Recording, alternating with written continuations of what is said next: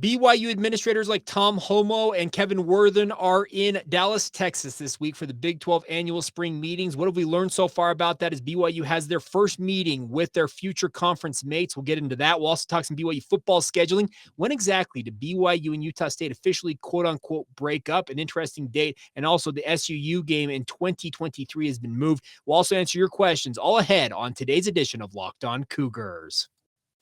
You are Locked On Cougars, your daily podcast on the BYU Cougars, part of the Locked On Podcast Network, your team every day.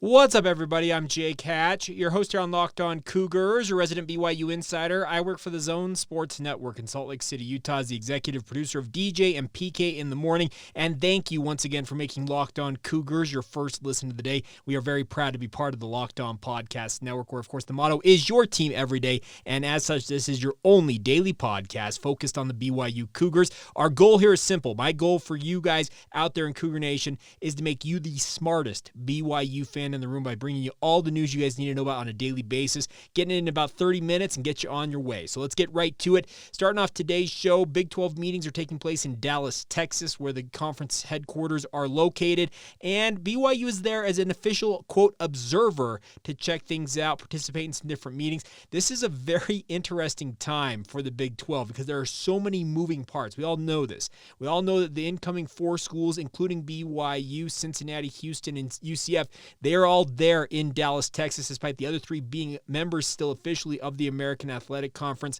Our good friend of the podcast, Mitch Harper, a coworker of mine at KSLSports.com, said that West Virginia AD Shane Lyons is, quote, encouraged that all four new schools will be joining the conference on July 1st of 2023. BYU's going into that conference on July 1st, 2023, with or without those three schools. Obviously, you want to have all four come in at the same time. There's an interesting dynamic there with those four schools coming in. You also have Texas and Oklahoma who are still hanging out, obviously taking part in these meetings. There have been reports out of Destin, Florida, where the SEC spring meetings are going on, that both Oklahoma and Texas have had their say on what the future of the SEC may look like once they actually join that conference and make it a 16-team league. But there are so many different moving parts, including the fact that the Big 12 is going to be losing their commissioner. Bob Bowlsby is going to be retiring. He'll be staying on to help the transition.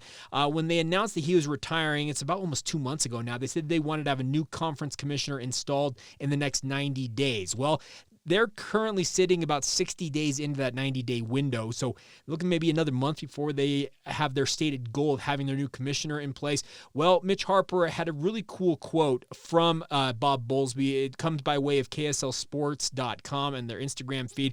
Let's you hear from Bob Bowlsby and what he makes of these meetings this week going on in Dallas. This meeting has got some weirdness to it. Between the incoming members and the outgoing members, and the fact that the incoming members are not fully extricated just yet, or at least three of the four aren't from their current conference. The fact that I'm retiring and there's transition put there, it's just we almost feel like we have to color code the agenda, because we got some that the 8 would talk about, and some things the 10 would talk about, and some that the 8 remaining and the 4 new would talk about, and there's going to be some things that the 14 of us would talk about. So, it's got, it would be less than forthright to not admit that there's some strangeness to it. He's not wrong. He said, they kind of have to color code things. Some of you, all 14 members are going to be part of this. Some of them, just the 10 current members are going to be part of it. Some of them, maybe the 4 observer schools, speaking of BYU, UCF, Houston, and Cincinnati, maybe they sit down at one point, have their administrators sit down and try to get a lay for the land with regards to the Big 12. I think the biggest thing is there are a number of BYU officials down there. Kevin Worthen is down there.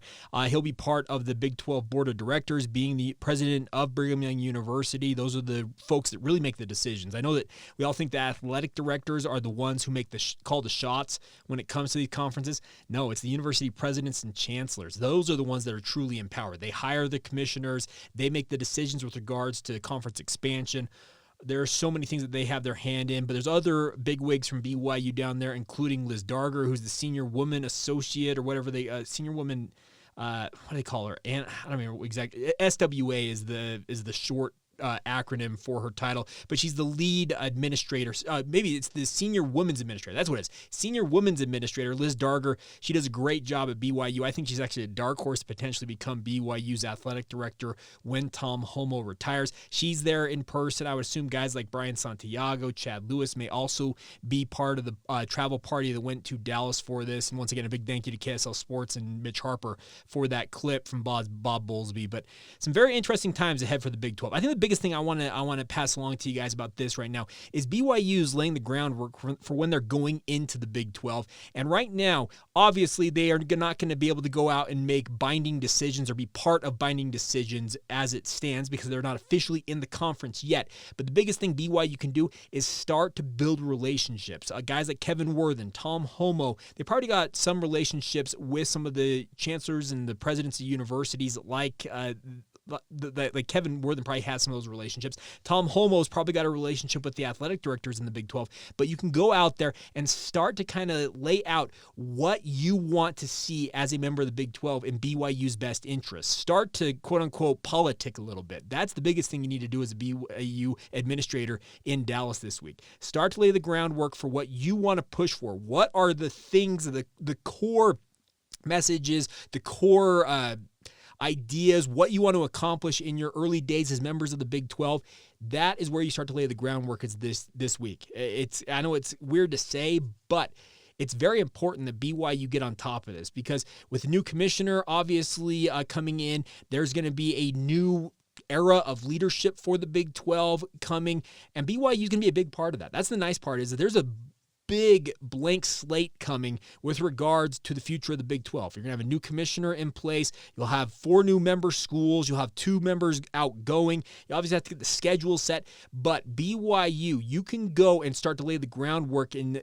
Tom Holmoe can essentially act like a senator from the United States Senate or a congressman from the United States House of Representatives and just essentially start to politic and push for what you're looking for. I don't think that he's going to go in there with a list of demands and slap it on the table and say, this is what we're going for. We're not arguing about this. This is what we're going to do. That's not how Tom Holmoe is going to operate. I would fully expect that he will be more than amenable to working with folks and getting to know them, but you've got to start to lay the groundwork here. And BYU has been one of the big dogs in every conference they've been a member of. If you go back through their history, the Skyline Conference was the very first conference they joined, Rocky Mountain State's conference, on through the WAC, the Mountain West. BYU's been one of the big dogs in the conference, if not the preeminent big dog in each of those conferences. That's not going to be the case in the Big 12, at least initially for the Cougars. The biggest thing is you've got to have a thought that, hey, we're going to work together here to find the common interests that we can support,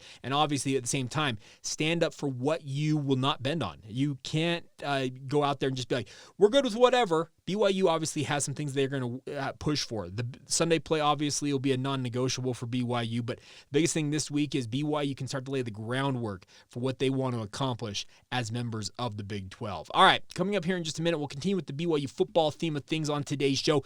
An interesting note on when BYU officially, quote-unquote, broke up with Utah State, as well as a move of a game in the 2023 schedule that involves Big 12 play. We'll get to all of that here in just a moment. First, a word on our friends over at betonline.net. Have you had a chance to check out betonline.net? I would encourage you to do so. If not, it is your number 1 source for all of your betting stats and sports information needs. Find all the latest sports developments, news, and odds, including this year's basketball championship matchup. Speaking of the NBA Finals, the NHL Hockey Conference Finals. By the way, if you've not watched the Western Conference Finals in hockey, you're missing out on like goals galore between Edmonton and Colorado. It's been a lot of fun. And of course, all the latest fight news from MMA and UFC to boxing as well. BetOnline is your continued source for all of your sports wagering information, including live betting, esports, and more. Head to the website today or use your mobile device to learn more about the trends in action available to you now. That's BetOnline, where the game starts.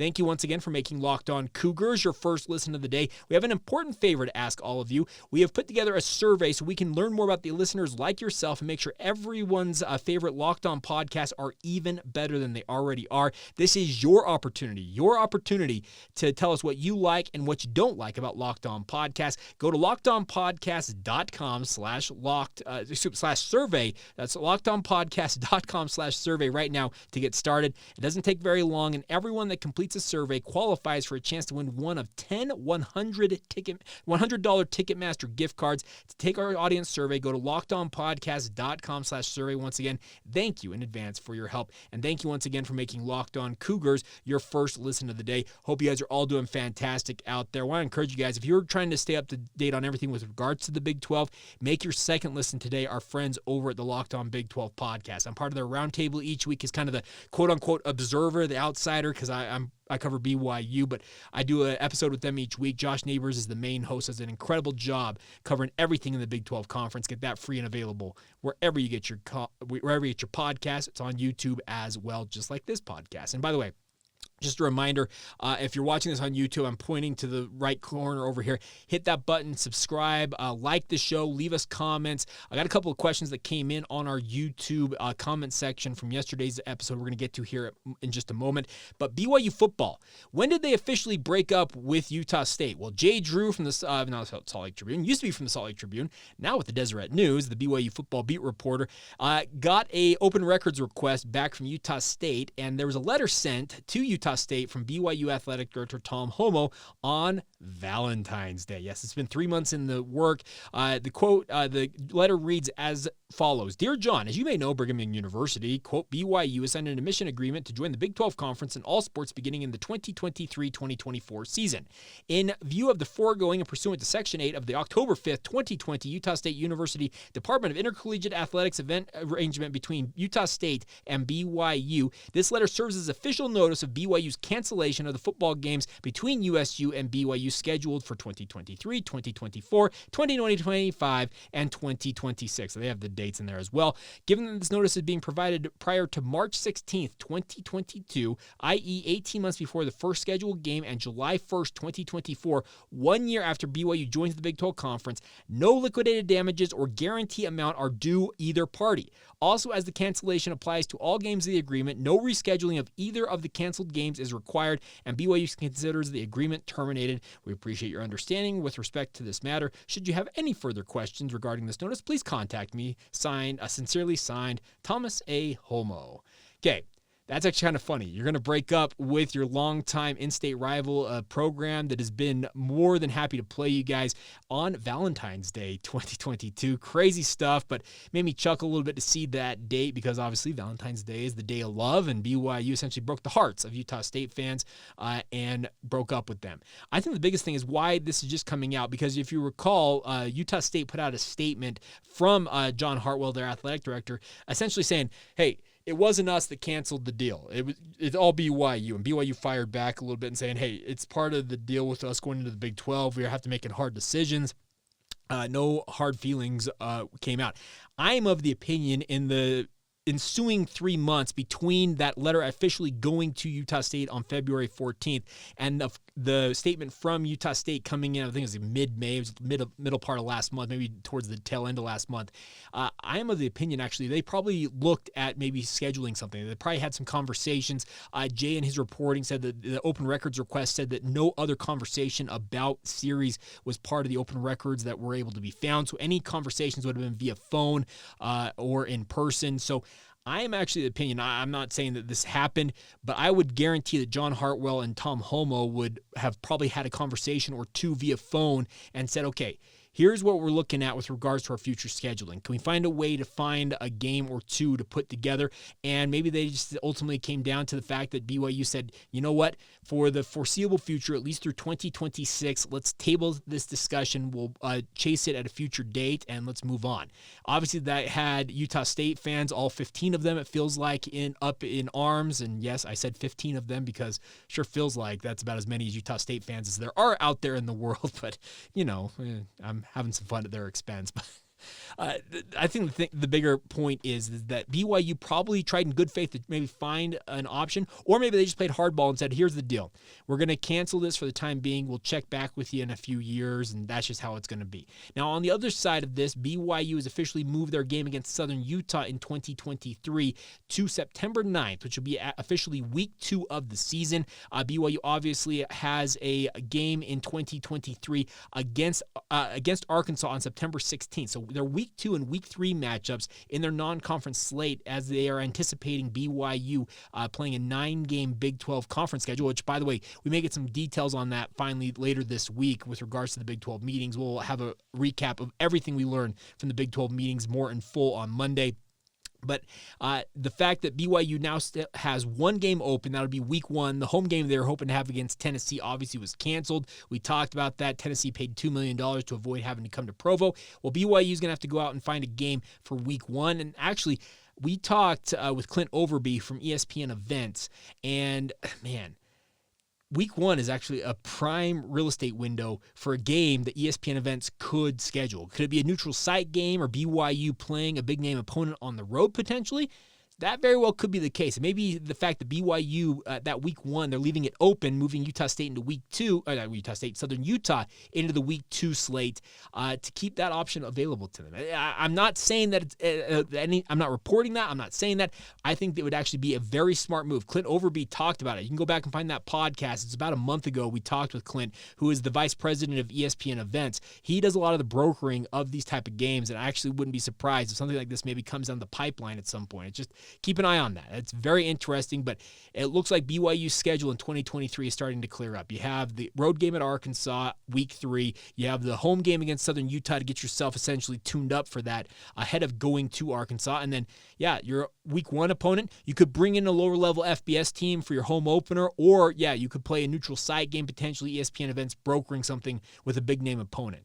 We'll see what happens, but it looks like things are starting to fall into place with regards to BYU and their football schedule in 2023. And I'm of the opinion that moving that Southern Utah game to the start of the season is the right thing to do. It'd be kind of weird, let's be frank, that BYU's not playing a Southern Utah or a Weber State or a Dixie / Utah Tech in November after a decade of that happening, but it's more in line with what everybody does. They play those FCS games typically in the early part of the season, unless your name is an SEC school, insert here. Alabama, that plays like the Citadel, where they play that week 11 ahead of that Iron Bowl game against Auburn. BYU probably could have kept Southern Utah in that slot, but the other interesting note on that, by the way, just one other quick note, is that BYU paid Southern Utah an extra $50,000 to make the move to September 9th, and obviously Southern Utah had to move a game that they had scheduled. I don't remember what the name of the opponent was. Maybe it was like Western Illinois or something like that, but they moved that, and the $50,000 essentially is a down payment against rescheduling a future game against the Thunderbirds. So BYU essentially paid $50,000 to move the game to week 2 in 2023, and at the same time that $50,000 could be paid towards a future game against the Thunderbirds that BYU probably will look into. So BYU's being smart with this. I'm actually pretty savvy moves, if I'm being frank, with my thoughts about what Tom Holmoe is doing here. I'm actually liking how he's kind of operating, shucking and jiving and doing his thing. It's fun to see. All right, so there you go on the BYU scheduling front. Now, we need to get to some of your questions. There's some interesting ones that you guys sent in this week. We'll get to that. A couple of them revolving around BYU basketball. We've also got to continue to get to one of our player highlights. We're going to talk about a tight end who is one half of maybe the most famous play in BYU football history in our top 50 player countdown. We'll get to all of that here in just a moment as we continue on with Locked On Cougars. All right, before we go here on today's edition of Locked On Cougars, let's get to some of your comments and questions this week. I have not had a chance to do a mailbag edition of the show. We'll get back to doing those more regularly next week, so if you want to send them in now, please do so. You can follow the show on social media and send them in that way. Locked On Cougars, really simple to find on Facebook, Instagram, or Twitter. My personal Twitter feed, if you'd like to reach out there, is Jacob C. Hatch. Would love to hear from you guys. DMs are open on Twitter for both of those, or email us, lockedonbyu@gmail.com, and that's where our first question actually starts, is via email. It came in from our good friend Brian. Brian reached out and said, Jake, I heard that Dallin Hall has returned home from his mission. What are the expectations for the returned Missionaries on BYU's basketball roster going into this fall? And I actually think that's a great question, Brian. So thank you for weighing in. Thank you for emailing us, lockedonbyu@gmail.com. There are 3 returned Missionaries expected to join the BYU basketball roster this fall. All of them are guards: Richie Saunders, Dallin Hall, and Tanner Toolson. Saunders returned, I think, almost a month ago now, so he's already back. Dallin Hall got back just earlier this week from his mission, and the good news is both of those guys will have multiple months now to get their bodies in shape and, in theory, be actually able to contribute early in their BYU careers. That'd actually be a very, very positive thing if both of them can do that. Richie Saunders was a standout at Wasatch Academy that's produced guys like Caleb Lohner and Fouche Traore. Very, very talented guy. True swingman. I think like 6'6", 6'7", a guy that I'm excited to see. The guy I'm very excited to see is Dallin Hall. He could be the point guard of the future, folks. Rudy Williams is going to be BYU starting point guard this year. He'll be the primary ball handler, but Dallin Hall would not surprise me to be the number 2 guy handling the basketball behind him. Dallin Hall is Mr. Basketball here in the state of Utah, which is an absolute scoring machine for Fremont High School up there in northern Utah.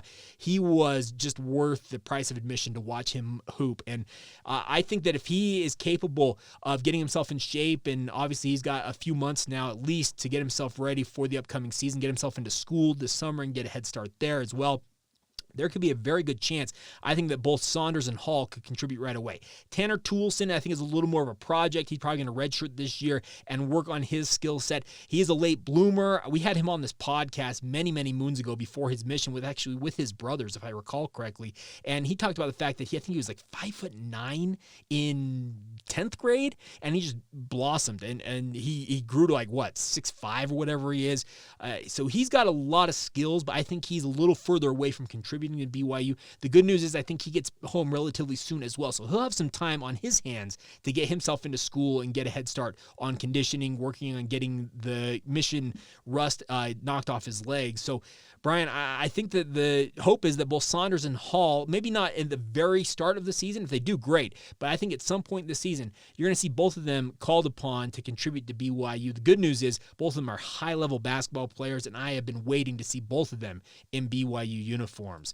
All right, the other note I wanted to pass along to you guys is that BYU and San Diego State have officially agreed to a home-and-home series extension of their long-running series. They will be playing that during the next 2 seasons. BYU is going to play at Viejas Arena down there in San Diego this year, November 11th in the upcoming season. And then in 2023, BYU will host the Aztecs at the Marriott Center in Provo. No date has been set for that return game, but this is a fantastic series. You all know the show. They have just like this visceral hate for BYU. And by the way, the show SDSU, if you guys are out there on Twitter, hey, what's up? But they get after it. And BYU's actually won the last 2 games against San Diego State. It's a high-level opponent. It's a game that helps BYU's NCAA tournament hopes. And obviously, Gonzaga looks like a top 5 caliber team going into the season. They got the mustache himself, or the Fu Manchu back himself. Drew Timme officially announcing that he's going back to play for Gonzaga for what will be his senior season this upcoming year. That makes him maybe the preseason WCC player of the year, in my opinion. Julian Strother also announced he's going back to Gonzaga. BYU's up against it to maybe win the WCC in their final season as a member of the West Coast Conference, but hey, that's why you play the games. You go out there and show what you can do and see if everything goes according to plan. Now, one other note, a comment here on our YouTube page. Our good friend Outside View weighed in on this. It says, does BYU have any more linebackers that can play running back like Tyler Algier, or quarterbacks that can play offensive line like Blake Freeland? Well, I'm not sure they do, but the more important part of his question actually revolves around BYU's defense. And Dave McCann wrote an impassioned defense of Elisa Tuiaki this week for the Deseret News. You can take it or leave it, but there's an interesting quote here, and I remember this. He says, also, how could Elisa Tuiaki, this comes from our good friend Outside View, how could Elisa Tuiaki recently tell the media the defensive line could, quote, steal the show this season? What? What does he know that nobody else knows? I actually think that Tuiaki's comment may be right in a way, Outside View, because, let's be honest, how much lower can that defensive line have sunk than they were the tail end of last year? They were not good. That defensive line was getting absolutely thrashed on a game-in and game-out basis down the stretch last season. So still the show, I guess relative to expectations, you probably have nowhere to go but up if we're being honest, about BYU's defensive line. It was not good. I can tell you this much. The defensive linemen that I have seen, I got to see during spring ball, they look noticeably bigger. They look stronger. Does that translate to improved defensive line play? Hardly. You have to go out there, work as a cohesive unit. You have to show that your individual skill development has come along. There are so many question marks around this defensive line that, yeah, I'm still a skeptic about the defensive line. And if the defensive line cannot hold up for BYU this year, what I think could be an absolutely incredible season potentially for BYU, especially with how good this offense could be, they could find themselves in a lot of shootouts if the defense cannot hold up its end of the bargain. I am hopeful. I'm a skeptic about the defensive line, but I am hopeful that the defense we saw in 2020, which was a top 40 defense, and that's good enough for BYU. If you have a top 40 defense, BYU very easily could challenge for double-digit wins again this season. So, outside view, I don't necessarily understand why he made that comment, but I guess maybe relative to expectations, is Coach Tuiaki right? They may steal the show just with the fact that their expectation level for what we're expecting from the defensive line, it's so low that, man, it's not a very high bar to clear, so we'll see what happens. Oh, and then one other comment here. It was also an email that came in. It was more of a funny comment than anything else, and it made me chuckle because I went off on this. Brad Crawford writes for 24/7 Sports, and he did a ranking of the top 25 best quarterbacks in college football this year. As I talked about on a previous edition of this podcast, Jaren Hall was not among those top 25 best quarterbacks, and I was just at an absolute loss for it. Guys like Grayson McCall from Coastal Carolina made that list. And by the way, Jaren Hall is number 6 on the draft boards from Mel Kiper for quarterbacks in the 2023 NFL Draft.